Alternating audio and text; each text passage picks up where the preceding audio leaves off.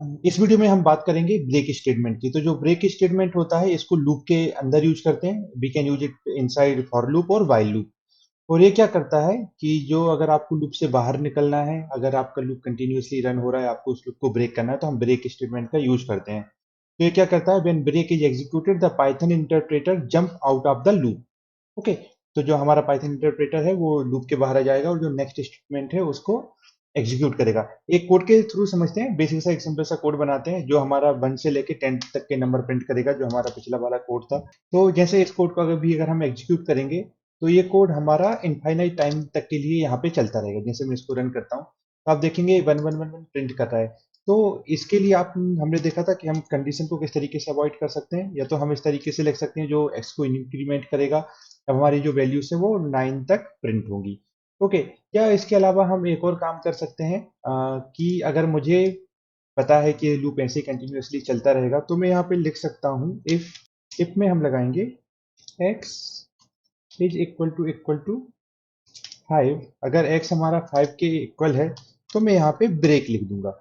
तो ये जो ब्रेक है ये क्या करेगा, ये चेक करेगा कि जैसे ही अगर आपका x की वैल्यू कितनी आई, 5 आई, तो इस जो आपका स्टेटमेंट है इसको एग्जीक्यूट करेगा और जो लूप है वो उधर ही ब्रेक हो जाएगा। तो मैं क्या करता हूँ, इसको यहाँ से हटा के इधर पेस्ट कर देता हूँ। ठीक है। तो अभी अगर मैं इस कोड को रन करता हूँ तो अभी आप देखेंगे स्टिल हमारा 111 प्रिंट कर रहा है। क्यों प्रिंट कर रहा है? क्योंकि आपका यहाँ पे x की वैल्यू इंक्रीमेंट तो हो नहीं रही है।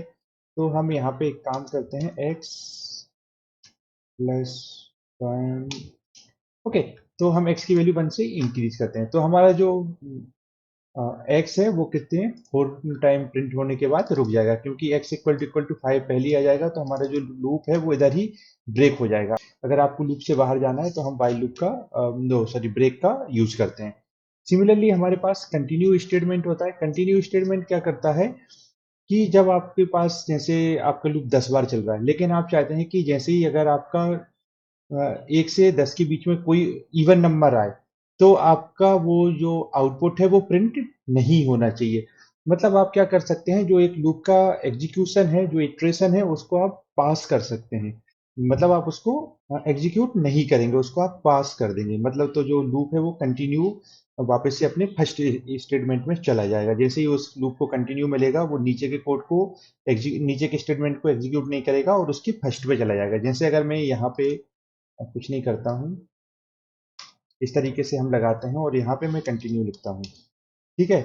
तो ये क्या करेगा, लूप को जैसे यहाँ पे कंटिन्यू मिलेगा वो इस लाइन पे कभी जाएगा ही नहीं, वो वापस से आपके फर्स्ट लाइन पे जाके कंडीशन चेक करने लगेगा। तो ये जो है वो कंटिन्यू का काम होता है। तो एक एग्जांपल देखते हैं कंटिन्यू का। हमने देखा 1 से 10 तक के बीच में हमने नंबर प्रिंट करेंगे। ठीक है। और हम यहाँ पे क्या करेंगे, हम यहाँ पे करेंगे कि इफ जो x है वो इवन नंबर है, हमें पता है इवन नंबर किस तरीके से निकालते हैं, हमने कोड बनाया था। अगर x इवन नंबर है तो मैं यहाँ पे क्या करूंगा, उस लूप को कंटिन्यू कर दूंगा। मतलब मैं उस नीचे के जो भी स्टेटमेंट है उनको एग्जीक्यूट नहीं करूंगा, यहाँ पे मैं प्रिंट करके x को प्रिंट कर सकता हूँ। अगर इस कोड को अभी हम रन करें, सॉरी फॉर माई मिस्टेक, यहाँ पे हमको x कंडीशन भी देनी पड़ेगी, इंक्रीज तो करना ही पड़ेगा। ओके। अब हम अगर इस लूप को रन करें तो यहाँ पे अभी क्या हुआ, जब इस कोड को हमने रन किया तो ये हमारा यहाँ पे जैसे ही ट्रू आता है तो इस कंडीशन ट्रू हो जाती है और हमारा जो लूप है वो वापस से यहाँ पे चला जाता है।